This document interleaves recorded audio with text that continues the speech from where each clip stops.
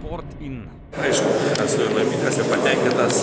Mes suprantam, kad liko dar vienas žingsnis, bet taip kaip šiandien sužaidėm, aš didžiuojas komanda, didžiuojas vyrais. Atidam viską gynybą, aišku, ten buvo kažkokių dėlsių, buvo kamuolių ir to, bet tikėtis, kad sužaisi 100%, žinot, tada 0-0 baigtus viskas.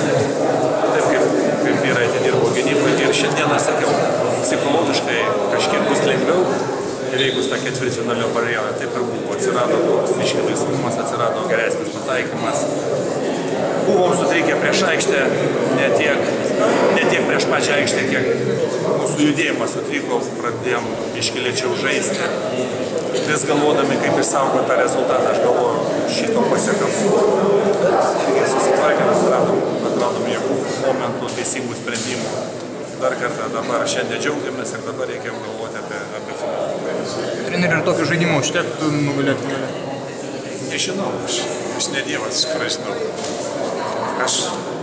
Mes stengsimės vėl atiduoti visas jėgas, parodyti ką geriausia. Bet, žinot, vieną dieną, kitą dieną. Vakar iššovė Renaldas su Martinu Polcu. Šiandieną kiti kažkas iššovė. Tai yra labai gerai, tai yra mūsų jėga, bet, žinot, kaip pasakyti, kokia ta diena bus tas sekmadienis, ką žinau. Stengsimės. Komandai psichologiškai buvo lengviau, kad Linas Kleiza ėmėsi nuo padarinių iš tokio lyderio vaidmens ir vedė į priekį. Be abejo, kai kažkas veda paskui, kiti pasitempė ir labai gerai po to. Matot, mes labai bijojam Bogdanovičiaus ir statėm Joną Mačiulį ant Bogdanovičiaus, bet pasirodė, kad jie turėjo bijoti labiau Joną Mačiulį negu mes Bogdanovičiaus. Tai būna ir tokie dalykai.